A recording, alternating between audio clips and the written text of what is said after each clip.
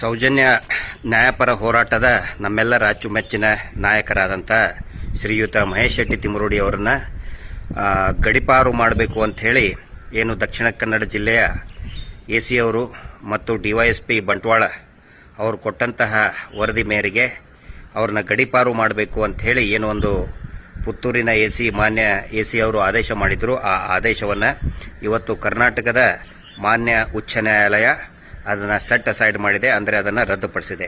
ಹೀಗಾಗಿ ಮಹೇಶ್ ಶೆಟ್ಟಿ ತಿಮರೋಡಿ ಅವರನ್ನು ಗಡಿಪಾರು ಮಾಡಬಾರದು ಅಂತ ಹೇಳಿ ಸ್ಪಷ್ಟವಾಗಿ ಮಾನ್ಯ ಹೈಕೋರ್ಟ್ ಹೇಳಿದೆ.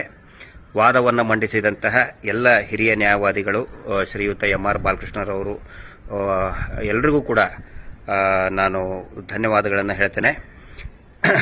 ಆನಂತರ ನಮ್ಮ ಮೋಹಿತ್ ಅವ್ರಿಗೂ ನಿರಂತರವಾಗಿ ನಮ್ಮ ಸೌಜನ್ಯ ಹೋರಾಟದಲ್ಲಿ ನಮಗೆ ಯಾವತ್ತಿಗೂ ಕೂಡ ಕಾನೂನಿನ ಸಲಹೆ ಸೂಚನೆಗಳನ್ನು ಕೊಡ್ತಾ ಬಂದಂತಹ ಮೋಹಿತ್ ಅವರಿಗೆ ಮತ್ತು ಎಲ್ಲ ನ್ಯಾಯವಾದಿ ಸ್ನೇಹಿತರಿಗೆ ನಾನು ಧನ್ಯವಾದಗಳನ್ನು ಹೇಳ್ತೇನೆ. ಮಹೇಶ್ ಶೆಟ್ಟಿ ತಿಮರೋಡಿ ಅವ್ರನ್ನ ಗಡಿಪಾರು ಮಾಡಬೇಕು ಅಂತ ಹೇಳೋದು ಅದೊಂದು ಸಂಚು, ಒಳಸಂಚು. ಹೋರಾಟವನ್ನು ಹತ್ತಿಕ್ಕಬೇಕು ಮತ್ತು ಆ ರೀತಿ ಏನು ಮಹೇಶ್ ಶೆಟ್ಟಿ ತಿಮರೋಡಿ ಅವರು ಕಳೆದ 13 ವರ್ಷದಿಂದ ನಿರಂತರವಾಗಿ ಈ ಅತ್ಯಾಚಾರಕ್ಕೊಳಗಾಗಿ ಹತ್ಯೆ ಆದಂಥ ಹೆಣ್ಣು ಮಕ್ಕಳಿಗೆ ನ್ಯಾಯ ಕೊಡಿಸಬೇಕು ಅಂತ ಧ್ವನಿ ಎತ್ತಿದ್ದಾರೆ. ಅವರನ್ನು ಗಡಿಪಾರು ಮಾಡಿ ಈ ಇಡೀ ಸಾರ್ವಜನಿಕರಿಗೆ ಬೆದರಿಸಬೇಕು ಅನ್ನುವಂಥ ಒಂದು ಒಳಸಂಚು. ಮಹೇಶ್ ಶೆಟ್ಟಿ ತಿಮರೋಡಿ ಅವ್ರನ್ನ ಗಡಿಪಾರು ಮಾಡೋದು ಬರೀ ಸಂವಿಧಾನ ವಿರೋಧಿ ಅಲ್ಲ, ಅದು ಒಂದು ಮಾನವೀಯತೆಯ ವಿರೋಧಿ, ಒಂದು ಹೋರಾಟದ ವಿರೋಧಿ ಅಂತ ನಾನು ಹೇಳೋದಕ್ಕೆ ಇಷ್ಟಪಡ್ತಾ ಇದ್ದೇನೆ.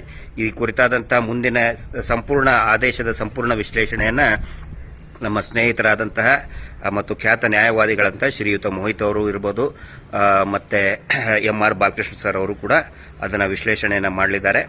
ಹೀಗಾಗಿ ಸದ್ಯಕ್ಕೆ ಎಲ್ಲ ನಮ್ಮ ಸೌಜನ್ಯ ಹೋರಾಟಗಾರರ ಗಮನಕ್ಕೆ ಮಹೇಶ್ ಶೆಟ್ಟಿ ತಿಮರೋಡಿ ಅವ್ರನ್ನ ಗಡಿಪಾರು ಮಾಡುವ ಹಾಗಿಲ್ಲ. ಸತ್ಯಕ್ಕೆ ಯಾವತ್ತಿಗೂ ಜಯ ಸಿಕ್ಕೇ ಸಿಗುತ್ತೆ. ಕಷ್ಟ ಅನಿಸುತ್ತೆ, ಆದರೆ ಗಟ್ಟಿಯಾಗಿ ನಿಂತ್ಕೊಂಡ್ರೆ ಖಂಡಿತ ಸತ್ಯಕ್ಕೆ ಜಯ ಸಿಕ್ಕೇ ಸಿಗುತ್ತೆ. Justice for Sowjanya. ನಮಸ್ತೆ.